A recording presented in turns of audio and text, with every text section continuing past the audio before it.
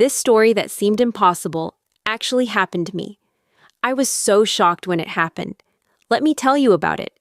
Come with me as we begin. I always believed Thanksgiving was the one day when family came together, no matter what. But 3 days before the holiday, my family cut me off completely. They said I was no longer welcome at the table I had sat at for 34 years. What I never expected was that the person who would change everything that night was my own sister's husband. Before we dive into this story, let me know in the comments where you are watching from today. Hit that like button and subscribe if you have not already. Now let me take you back to where it all started. Let me tell you about my family so you can understand what I was dealing with. We are the Whitmores from Columbus, Ohio, a typical middle-class family living in the suburbs where everyone knows everyone and appearances matter more than truth. My father is Harold Whitmore. He is 67 years old now, a retired bank manager who spent 40 years climbing the corporate ladder. He is the kind of man who believes success is measured by job titles and bank accounts. Everything in his world is about image. What will the neighbors think? What will the relatives say? He raised us with an iron fist wrapped in a velvet glove, always polite on the surface, but controlling underneath. My mother is Darlene. She is 64 and has been a homemaker her entire adult life. She married my father right out of high school and never once questioned his decisions. In our house, what Dad said was law, and Mom was the one who enforced it with a gentle but firm hand. She loves us in her own way, but she has never once stood up against my father for anything. Not once in all the years I have been alive. Then there is my older sister, Candace. She is 38, 4 years older than me, and she has always been the golden child, the perfect daughter. The one who did everything right. She was homecoming queen in high school. She graduated with honors from Ohio State. She married Marcus Bennett when she was 28, and Marcus is everything my father ever wanted in a son-in-law. He is 42 years old, runs a successful real estate development company called Bennett Properties, and drives a car that costs more than most people make in 2 years. They live in a house with 6 bedrooms in the nicest neighborhood in Columbus. Candace does not work. She does not need to. Her job is to be Marcus's wife, to host dinner parties to look beautiful, and to make our parents proud. My younger brother Bradley is 30. He works as an accountant for a company that does business with Marcus. He got that job because of Candace's connection, and he knows it. Bradley has always been the quiet one, the one who goes along with whatever the majority decides. He has never once taken a stand on anything in his life. And then there is me, Lillian Whitmore, 34 years old, the middle child. The one who never quite fit the mold. From the time I was a little girl, I was different. While Candace was playing with dolls and dreaming of her wedding day, I was drawing. I was painting. I was creating things with my hands. I saw the world in colors and shapes and possibilities. My parents did not understand it. To them, art was a hobby, not a career. Something you do on the side while you pursue a real job. I went to college for graphic design against my father's wishes. He wanted me to study business or accounting, something practical. But I followed my heart, and I have been paying for that decision ever since. Not financially, but emotionally. Every family gathering became an opportunity for my parents to remind me that I was not living up to my potential. Every holiday was a chance for them to compare me to Candace and find me lacking. I moved to Chicago after college. I needed distance. I needed space to breathe and become my own person, without the weight of their expectations crushing me. I built a career as a freelance graphic designer. It was not glamorous. The income was not always steady. But I was good at what I did, and I was proud of the life I had created for myself. I lived in a small 1-bedroom apartment on the north side of the city. It was not much, but it was mine. I had filled it with my artwork, with plants, with books. It was my sanctuary, my safe place away from the judgment and the comparisons. But no matter how far I ran, I always came back for Thanksgiving. Every single year for 34 years, I had sat at that table in my parents' dining room. I would drive 5 hours from Chicago to Columbus, bringing homemade desserts and gifts for everyone. I would arrive early to help my mother cook. I would set the table and arrange the flowers and do all the things that Candace was too important to do. And every year, no one noticed. No one thanked me. It was just expected. The relationship between Candace and me had not always been strained. When we were little girls, we were close. We shared a bedroom until I was 10. We whispered secrets in the dark and made up stories about magical lands where we were both princesses. But somewhere along the way, things changed. Maybe it was when she went to high school and became popular. Maybe it was when she started dating the quarterback and I was still the weird art kid with paint under my fingernails. The distance grew year by year until we became strangers who shared the same blood. Now when I see Candace, she looks at me like I'm something she stepped in. She talks to me in that condescending tone that makes me feel like I am 12 years old again. She shows off her designer clothes and her expensive jewelry and her perfect life, and I'm supposed to smile and be happy for her. And I do. I always do. Because that is what family does. This year was supposed to be different. This year I had news that would finally make them see me. I had just signed a major contract with a tech company based in San Francisco. TechVantage Solutions had hired me to redesign their entire brand identity. It was the biggest project of my career, 6 figures, enough money to pay off my student loans and maybe even buy a small house someday. I had worked so hard for this opportunity, and I could not wait to share it with my family. I had already bought gifts for everyone: a cashmere scarf for my mother, a bottle of expensive bourbon for my father, a spa gift card for Candace, a leather wallet for Bradley. I had wrapped them all carefully and packed them in my suitcase. I was ready to go home and finally be seen as something more than the family disappointment. That was before the phone call that changed everything. It was Monday, 3 days before Thanksgiving. I was in my apartment finishing up some work on my laptop when my phone rang. I saw my mother's name on the screen and smiled. She was probably calling to ask what time I would arrive on Thursday. Maybe she wanted to know what I was bringing for dessert. These were the normal calls, the routine check-ins that happened every year before the holiday. I answered with warmth in my voice. "Hey, Mom, I was just thinking about you. I am almost done packing." There was silence on the other end. Not the comfortable silence of a mother gathering her thoughts. This was cold, heavy, wrong. "Mom," I said. "Are you there?" Her voice when she finally spoke was nothing like the voice I had known my entire life. It was flat, distant, like she was reading from a script she did not want to read. "Lillian, your father and I have discussed this, and we have decided that you are not welcome at Thanksgiving this year. Please do not come." I actually laughed. Not because it was funny, but because my brain could not process what I was hearing. I thought she was joking. My mother had never joked about anything in her life, but there was a first time for everything, right? "Mom, what are you talking about?" I said. "I have my plane ticket. I have gifts for everyone. I have been planning this for weeks." Her voice did not waver. "We know what you did, and until you are ready to take responsibility for your actions, you are not part of this family." "What I did, Mom? I have no idea what you are talking about. What did I do? You know exactly what you did. Do not play innocent with me. Your father is very upset. Your sister is devastated. You have caused enough damage." And then she hung up. My own mother hung up on me without explanation, without giving me a chance to defend myself against accusations I did not even understand. I sat there staring at my phone like it had grown teeth and bitten me. This could not be real. This was some kind of mistake. There had to be a misunderstanding. I called my father. The phone rang 6 times before going to voicemail. I called again. Same result. I sent a text message asking him to please call me back, that I did not understand what was happening. No response. I called Candace next. She answered on the second ring, and her voice was like ice. "You have some nerve calling me after what you did," she said.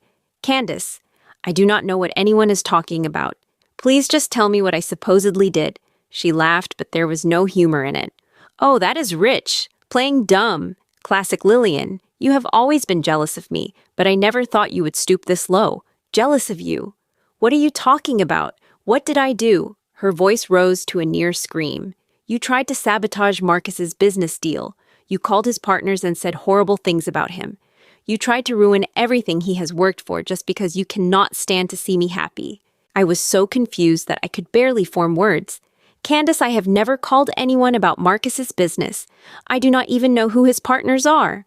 I do not know anything about his deals. Why would I do something like that?" "Stop lying," she snapped. "They told us everything. We have proof. You are pathetic, Lillian. Absolutely pathetic. Do not contact me again." And she hung up. My hands were shaking. My heart was pounding so hard I could feel it in my throat. This was insane. I had not called anyone. I had not sabotaged anything. I did not even know what business deal they were talking about. I called Bradley. My baby brother. The one who used to follow me around when we were kids, who used to look up to me before he learned that I was not worth looking up to. He answered quietly. Lillian?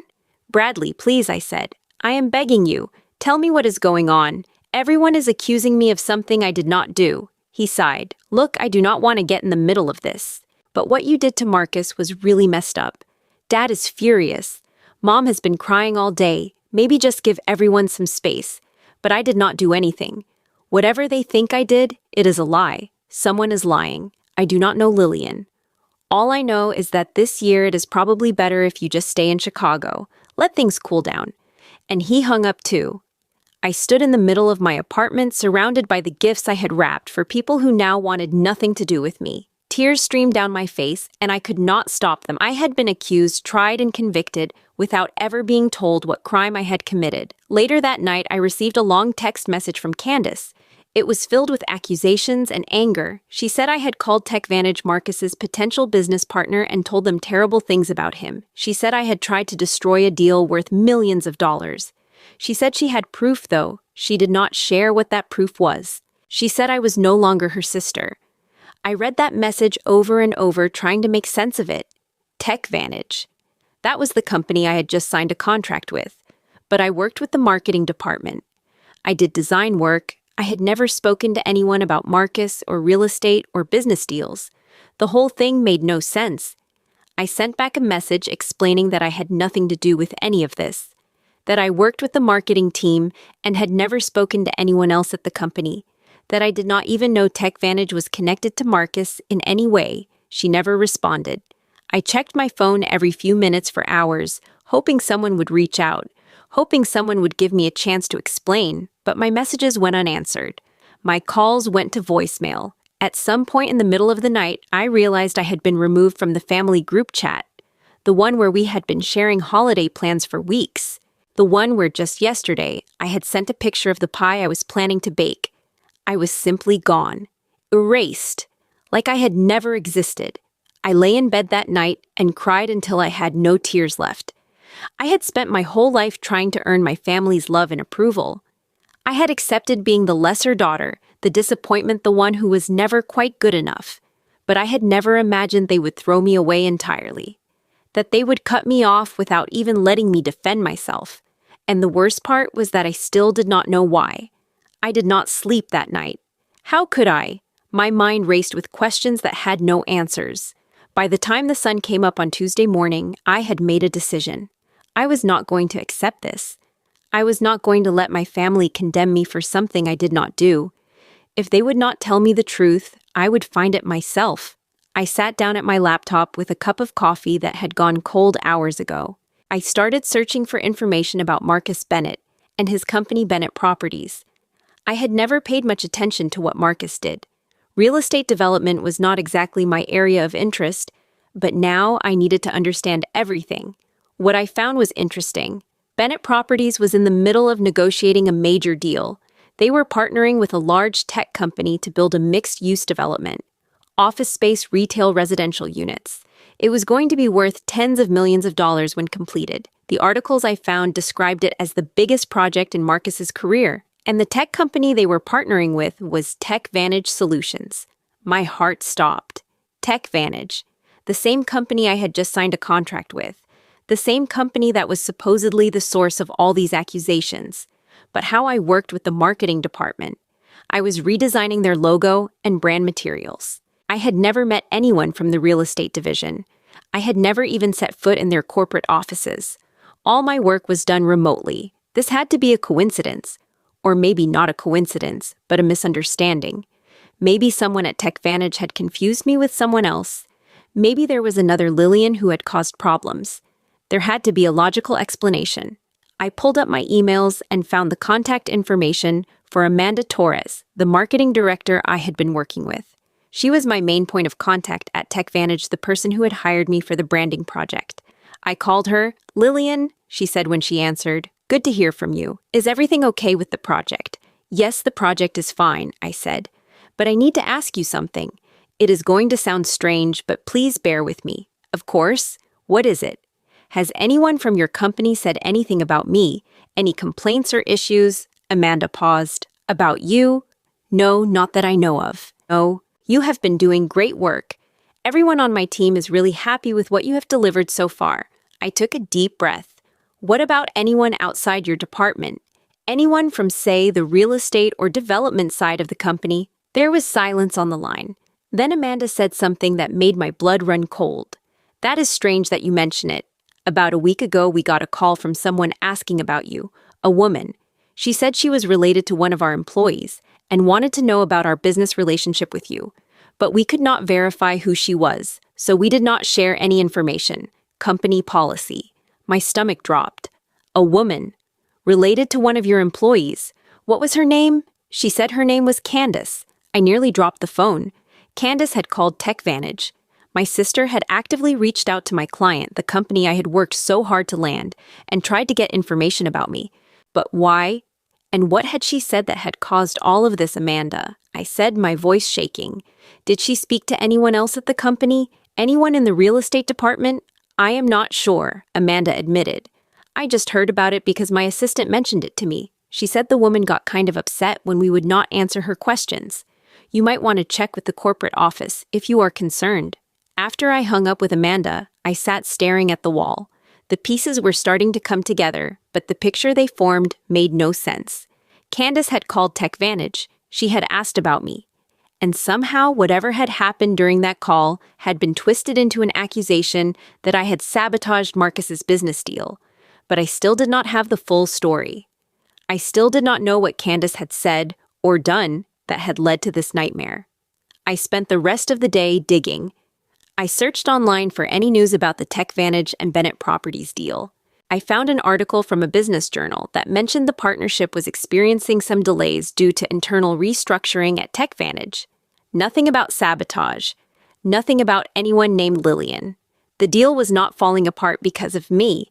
It was delayed for completely unrelated reasons. So what was Candace talking about? Where had she gotten the idea that I had done something wrong? By Tuesday night, I had formed a theory. Candace had called TechVantage, probably trying to snoop on my new contract. Maybe she was jealous that I had landed a big client. Maybe she wanted to find something to use against me. But when the company refused to share information with her, she had gotten angry. And when the deal with Marcus hit a snag for unrelated reasons, she had found a convenient scapegoat. Me? It was always me. I made my decision then. I was going to Thanksgiving. I did not care that they had told me not to come. I did not care that they had cut me out of the family chat and refused to answer my calls. I was going to show up at that house and demand an explanation. I was going to clear my name. On Wednesday morning, I booked a flight to Columbus for Thursday morning. It cost me almost $400 for a last-minute ticket, but I did not care. Some things were more important than money. I packed my suitcase. I left the gifts I had bought for everyone sitting on my bed. If they did not want me at their table, they did not deserve my presence. I was done being the family doormat. I was done accepting blame for things I did not do. This Thanksgiving, Lillian Whitmore was going to fight back. My flight landed in Columbus at 9:30 in the morning on Thanksgiving Day. The airport was nearly empty. Everyone was already home with their families preparing turkeys and watching parades. I walked through the terminal alone, my footsteps echoing on the polished floors. I rented a car and began the drive to my parents' house. It was about 45 minutes from the airport through streets I had known my entire life. I passed the elementary school I had attended, the park where I had learned to ride a bike, the ice cream shop where my father used to take us on summer evenings. So many memories, so many years of being part of this family, and now they had thrown me away like I was nothing. My hands gripped the steering wheel so tightly that my knuckles turned white. I was nervous, terrified actually.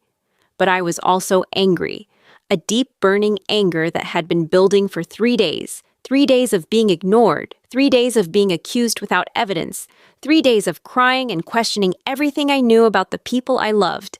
Today, that ended. I pulled onto my parents' street just after 10:30. It was a quiet neighborhood, the kind of place where people decorated their lawns for every holiday and waved at their neighbors while getting the mail. The houses were all well-maintained, the lawns all perfectly manicured. Image, always image.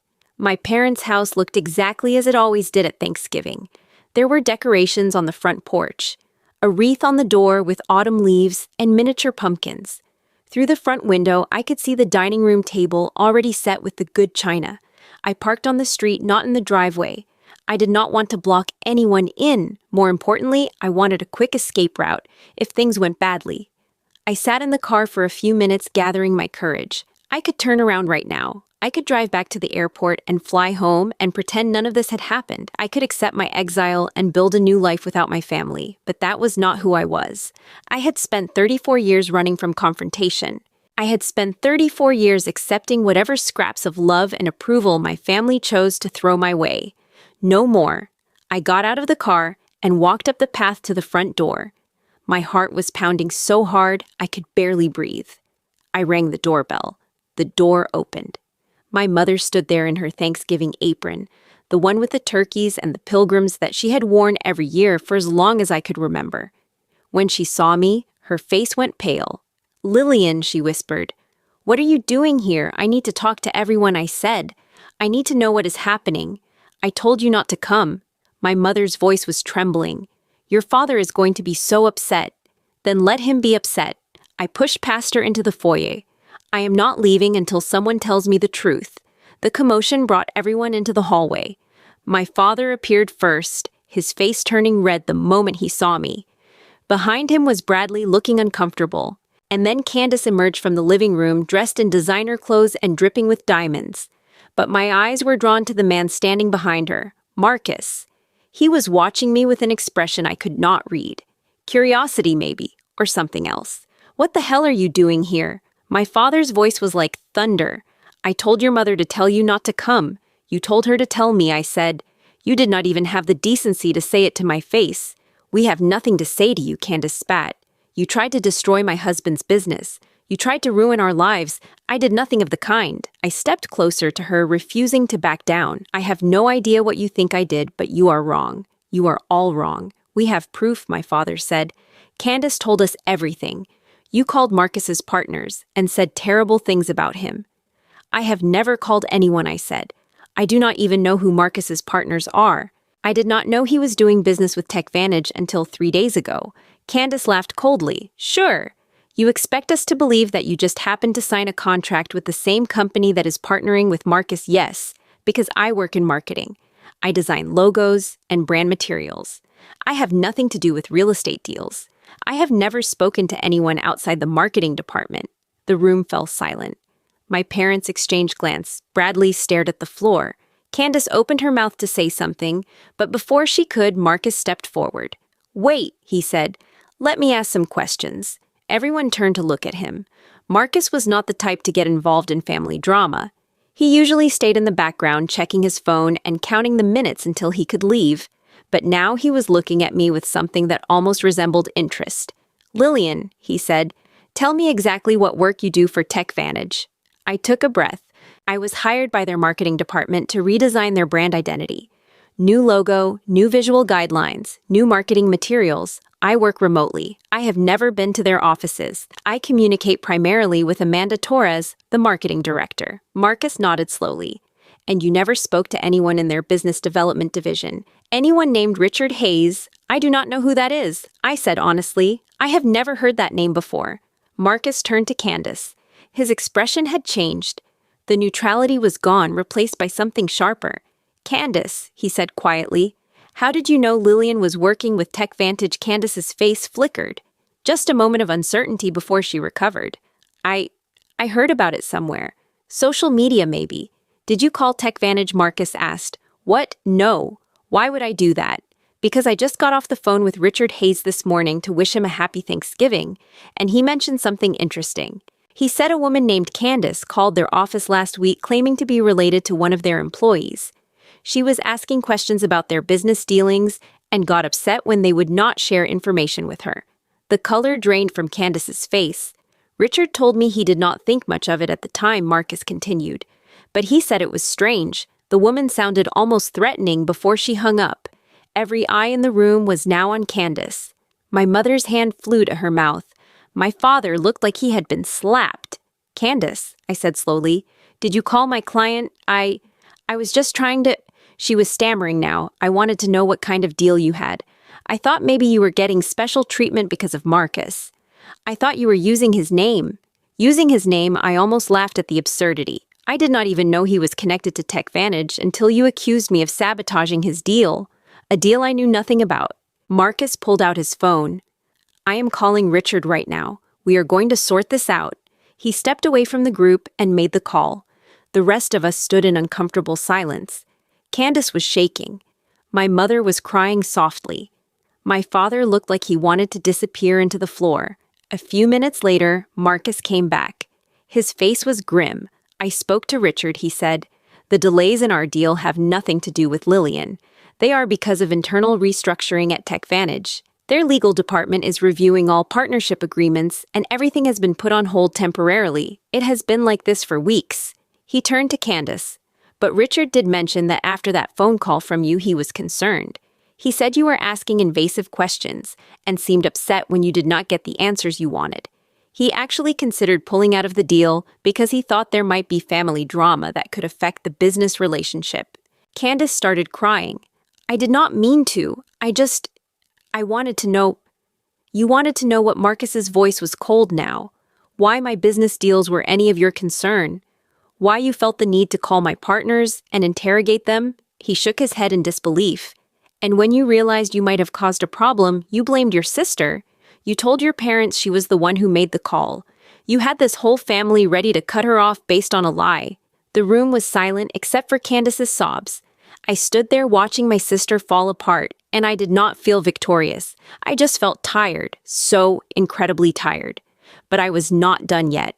Candace's sobs echoed through the hallway, but I barely heard them. 3 days of confusion and pain and rejection were crystallizing into something else, clarity.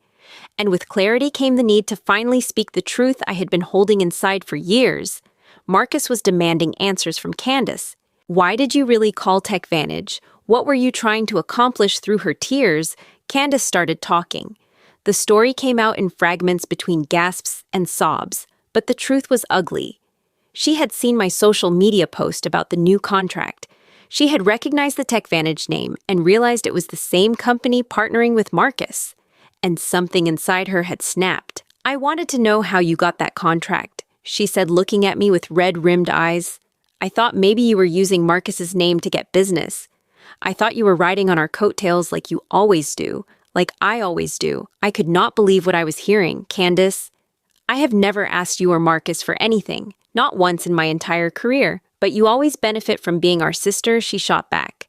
People know Marcus is successful. They know our family has money. You probably dropped his name to get that contract. I did not even know Marcus was connected to TechVantage. How many times do I have to say that Marcus stepped in? Candace, what happened when you called their office? She wiped her face with the back of her hand. I asked about their partnership with Bennett Properties.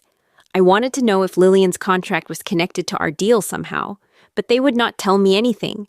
They said it was confidential, and then Marcus pressed. Candace looked at the floor. I got upset.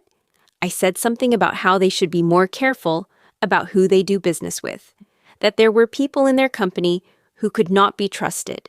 Marcus closed his eyes. You implied that Lillian could not be trusted. I did not say her name. You did not have to, Marcus said. You called asking about her, then immediately started talking about untrustworthy people. It does not take a genius to connect those dots. But then why is the deal delayed? My father spoke for the first time in minutes, his voice weak. Marcus sighed. I told you. Internal restructuring. It has nothing to do with any of this. But after Candace's call, Richard was concerned. He mentioned it to his colleagues. They started wondering if doing business with Bennett Properties might come with family complications. He looked at Candace with an expression of profound disappointment. You almost cost me this deal, not Lillian. You. The silence that followed was deafening. My mother was clutching the doorframe like she might collapse. My father had aged 10 years in the span of this conversation. Bradley still had not said a single word. And Candace, my perfect sister, the golden child who could do no wrong, she stood there, exposed, her lies crumbling around her. But I knew her confession was not complete. I had spent 34 years watching Candace, learning her tells, understanding the way her mind worked. There was more to this story. Why did you really do it? I asked quietly. It was not just about the contract, was it? Candace's head snapped up. What do you mean? I mean, you did not just call TechVantage on a whim. You saw an opportunity, you saw a chance to get rid of me once and for all, and you took it. That is not true. Then why did you tell Mom and Dad that I sabotaged Marcus's deal? Why did you make up a whole story about me calling his partners and saying terrible things? Candace faltered. Because you have always wanted me gone. I stepped closer to her. Ever since we were teenagers, you have been trying to push me out of this family. You made fun of my art. You told me I would never amount to anything. You laughed when I said I wanted to be a designer. Everyone thought you were the nice sister, the supportive one. But I remember the truth. I remember you telling me that Mom and Dad wished they had stopped after having you. I remember you saying I was an embarrassment to the family. I remember every single comment, every single look, every single time you made me feel like I was nothing. The words poured out of me like water from a broken dam. 34 years of pain and silence and swallowing my feelings. I could not stop. And you know what the funny thing is? I continued. I never wanted to compete with you. I never wanted to be better than you or take anything away from you. I just wanted my own life, my own path. But even that was too much for you, was it not? I started doing well on my own. I built a career without any help from this family. And when I finally landed a major contract, something that proved I could succeed, you could not handle it. You could not stand the idea that I might actually be worth something. Candace was crying again, but I did not stop. So you made up a lie. You told Mom and Dad that I tried to destroy Marcus's business. You knew they would believe you because they always believe you. And just like that, I was erased from the family. 3 days before Thanksgiving. Like 34 years of being your sister meant nothing. The room was completely still. Even Candace had stopped sobbing, just staring at me with a mixture of shock and something else. Recognition, maybe. The recognition that I had finally seen through her. I turned to my parents. And you, I said. You never even asked for my side of the story. You just took her word for it and threw me away. My father opened his mouth, but I held up my hand. I have spent my entire life trying to earn your love, trying to be good enough, trying to make you proud, but nothing was ever enough, was it? I could never be Candace. I could never be the perfect daughter with the rich husband and the big house and the picture-perfect life. So you settled for tolerating me. You let me come to Thanksgiving because it would look bad if you did not, but you never really wanted me here. And the first chance you got, you cut me loose. Lillian, my mother whispered, that is not true. We love you. Do you? I asked. Because love does not look like this. Love does not mean throwing someone away without asking questions. Love does not mean choosing one child over another again and again and again. I took a deep breath. I am done accepting crumbs from this family. I am done being grateful just for being allowed in the room. Either you treat me like I matter, or I walk out that door and I do not come back. The ultimatum hung in the air like smoke. And then unexpectedly, Marcus spoke again. She is right, he said. Candace lied. Your parents believed her without evidence. And Lillian came all the way here, knowing she would face hostility just to defend herself against accusations she did not understand. He looked at my father directly. You owe her an apology, a real one. Not some half-hearted excuse about misunderstandings. My father looked at Marcus, then at Candace, then at me. For the first time in my life, I saw something crack in his facade. That wall of pride and stubbornness that he had built around himself for 67 years. He walked toward me slowly. His face was red, not with anger this time, but with shame. Lillian, he said, I am sorry. 2 words. After 34 years, 2 words. But the way he said them told me they were real. I have not been a good father to you, he continued. I have compared you to your sister. I have dismissed your career. I have made you feel like you were less than. And today, I believed a lie without giving you a chance to defend yourself. That was wrong. I was wrong. My mother came to stand beside him, tears streaming down her face. We are so sorry, sweetheart. We should have called you. We should have asked questions. We should have trusted you. Bradley stepped forward too, looking more uncomfortable than I had ever seen him. I am sorry, Lillian. I should have stood up for you. I knew something felt off about the whole thing, but I just went along with everyone else. That was cowardly. 3 apologies. 3 admissions of guilt. It was more than I had ever expected. But there was one person who had not spoken. Candace stood apart from the group, her arms wrapped around herself. Her makeup was ruined. Her perfect facade had crumbled. Candace Marcus said firmly, "You need to apologize to your sister." For a long moment she did not move. I could see the struggle on her face, the pride warring with the knowledge that she had been caught, the lifelong habit of being the favored child clashing with the reality that she had been exposed as a liar. Finally, she looked at me. "I am sorry," she said. Her voice was flat, defeated. "I should not have lied about you." It was not much of an apology, but from Candace it was everything. We ate Thanksgiving dinner that night after all. It was not the warm, happy gathering I had imagined when I first started planning my trip weeks ago. There was too much hurt, too many wounds that would need time to heal. But we sat at the same table and passed the same dishes and tried to find our way back to something like family. I ended up seated next to Marcus. It was strange sitting beside the person who had inadvertently saved me. We had never been close. In all the years he had been married to my sister, we had probably exchanged fewer than 100 words total, but tonight felt different. "Thank you," I said quietly, while the rest of the family was distracted by the turkey. He shook his head. "Do not thank me. I just asked the questions that should have been asked days ago. Still, you did not have to get involved. You could have just let things play out." He was quiet for a moment. When I met Candace, I thought I knew who she was. Perfect on the surface, everything under control. But over the years, I have seen glimpses of something else. Insecurity, jealousy, a need to always be the best, even if it means tearing other people down. He sighed. "I love my wife, but I am not blind. What she did to you was wrong, and I could not stand by and watch an innocent person take the blame." After dinner, my father asked me to step outside with him. We walked out onto the back porch, where the night air was crisp and cold. I could see my breath forming little clouds as I exhaled. For a while, neither of us spoke. We just stood there looking out at the backyard where I had played as a child. The swing set was long gone, but I could still remember the feel of pumping my legs trying to touch the sky. "I failed you," my father finally said. "As a parent, as a father, I failed you." I did not argue. He was right. "I thought I was doing the right thing," he continued. "I thought pushing you to be practical was helping you. I thought comparing you to Candace would motivate you. I did not realize I was just making you feel worthless. You made me feel like nothing I did would ever be enough," I said softly. "Like I was a disappointment just for being who I am." He nodded slowly. "And the worst part is, I was proud of you. Deep down, I was always proud of you. You had courage I never had. You followed your dreams even when everyone told you not to. You built a career from nothing, and I never told you any of that."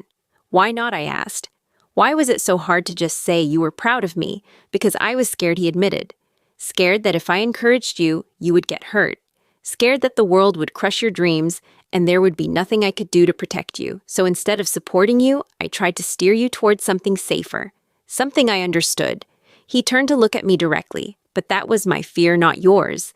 And it was not fair to put that on you. We stood in silence for another moment. Then he did something he had not done since I was a little girl. He pulled me into a hug. "I am proud of you, Lillian," he said, his voice thick with emotion. I should have said it years ago. I should have said it every day. But I am saying it now. I am proud of you. I hugged him back, and for the first time in a very long time, I felt like his daughter.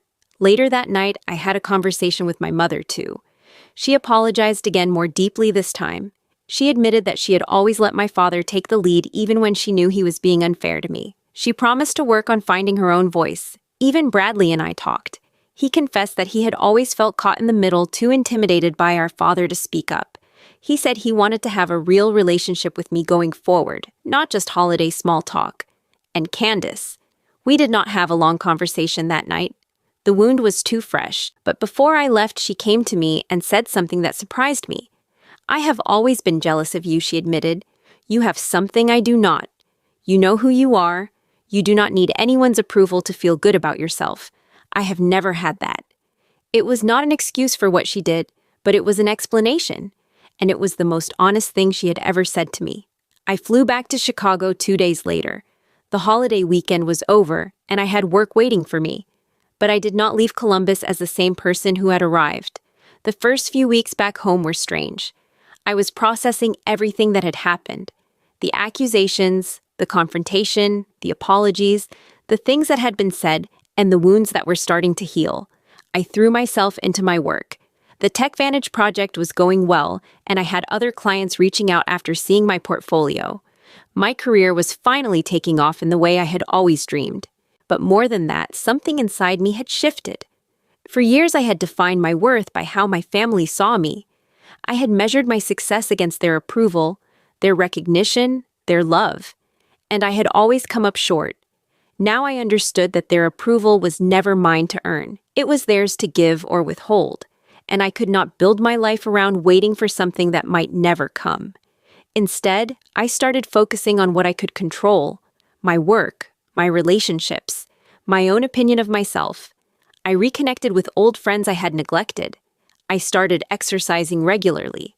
I took a painting class at the community center, something I had wanted to do for years but never made time for.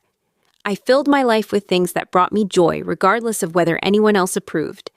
My family and I stayed in touch. It was awkward at first. We were all relearning how to talk to each other without the old patterns of criticism and competition. But slowly things got better. My parents started calling me regularly. Not to lecture or advise, but just to talk, to ask about my life and actually listen to the answers.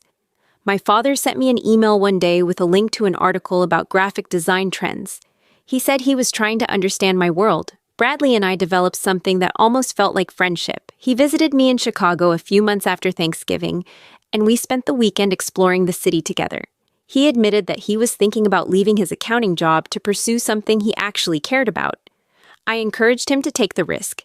Candace and I made peace, though it took time. We would never be close the way some sisters are. There was too much history between us, too many years of hurt. But we reached a place of mutual respect. She started seeing a therapist to work on her insecurity, and I genuinely wished her well. Marcus and I developed an unexpected friendship. He became a kind of ally in the family, someone who saw things clearly and was not afraid to speak the truth. I was grateful for him in a way I never expected, and me. I became the person I was always meant to be. Not the family disappointment, not the sister who could never measure up, not the daughter who tried so hard and was never enough.